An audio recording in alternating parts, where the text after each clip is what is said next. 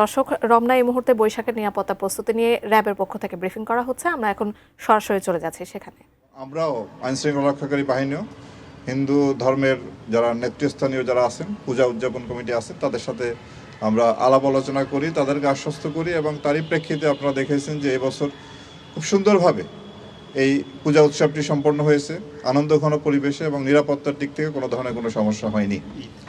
এরপরে আপনার যতগুলি অনুষ্ঠান হয়েছে, যেমন ধরেন বিজয় দিবস, এরপরে খ্রিস্ট ধর্মদের যে বড়দিন, ইংরেজি নববর্ষ, আন্তর্জাতিক মাতৃভাষা দিবস, স্বাধীনতা দিবস, তারপরে মাসব্যাপী রমজান এবং সর্বশেষ যে ঈদ অনুষ্ঠানটি হলো, প্রত্যেকটি অনুষ্ঠানেই নিরাপত্তার বিষয় এসেছে এবং আমরা আপনাদেরকে আশ্বস্ত করেছিলাম যে আমরা ইনশাল্লাহ নিরাপত্তা দিতে সক্ষম হব এবং আমরা সেইভাবেই প্রত্যেকটি অনুষ্ঠানে আমরা যথাযথভাবে সম্পন্ন করতে সক্ষম হয়েছি এবং আমার তো মনে হয় যে পূর্ববর্তী যে কোনো বছরের তুলনায় এবারে সবগুলি অনুষ্ঠান নিরাপত্তার দিক দিয়ে বলেন, আনন্দ উৎসাহের দিক দিয়ে বলেন, সুন্দরভাবে সম্পন্ন হয়েছে এবং একই ধারাবাহিকতায় আমরা এই নববর্ষের অনুষ্ঠানেও সুন্দরভাবে সম্পন্ন করতে পারবো বলে আশাবাদী।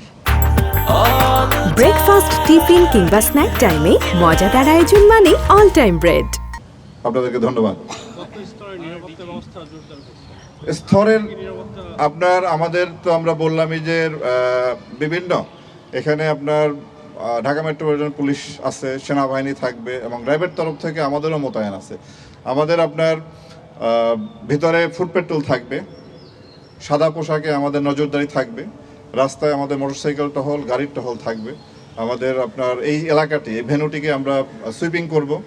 অলরেডি সুইপিং শুরু হয়েছে, একবার করেছি এবং চূড়ান্তভাবে অনুষ্ঠান শুরুর আগে চূড়ান্তভাবে করা হবে।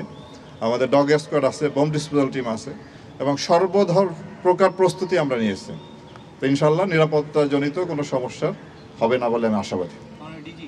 আপনার তো যে কোনো এই ধরনের বড় যে কোনো ইভেন্টের অনেক আগে থেকেই প্রিকশন নেওয়া শুরু করে, কিন্তু আমরা দেখলাম যে চারুকলায় আগুন দেওয়া হয়েছে, চারুকলার ফ্যাসিবাদ বিরোধী যেই চিত্রকর্মটি তৈরি করা হয়েছিল সেটিতে আগুন দেওয়া হয়েছে। তো সেক্ষেত্রে আপনাদের কোনো ঘাটতি ছিল কিনা বা এই ধরনের কোনো ঘটনা ঘটে? আমরা আপনার যে ঘটনাটি ঘটেছে তার তদন্ত হবে এবং তদন্তে এই ঘটনার সাথে যারা জড়িত তাদের বিরুদ্ধে আইনানুগ ব্যবস্থা নেওয়া হবে এবং আমরা এও খতিয়ে দেখছি যেখানে আমাদের নিরাপত্তার দায়িত্বে যারা ছিলেন তাদের কোনো ঘাটতি ছিল কিনা সেটা অনুসন্ধান করে দেখা হচ্ছে এবং যদি সেরকম কিছু পাওয়া যায় অবশ্যই তার বিরুদ্ধে ব্যবস্থা নেওয়া হবে। ধন্যবাদ।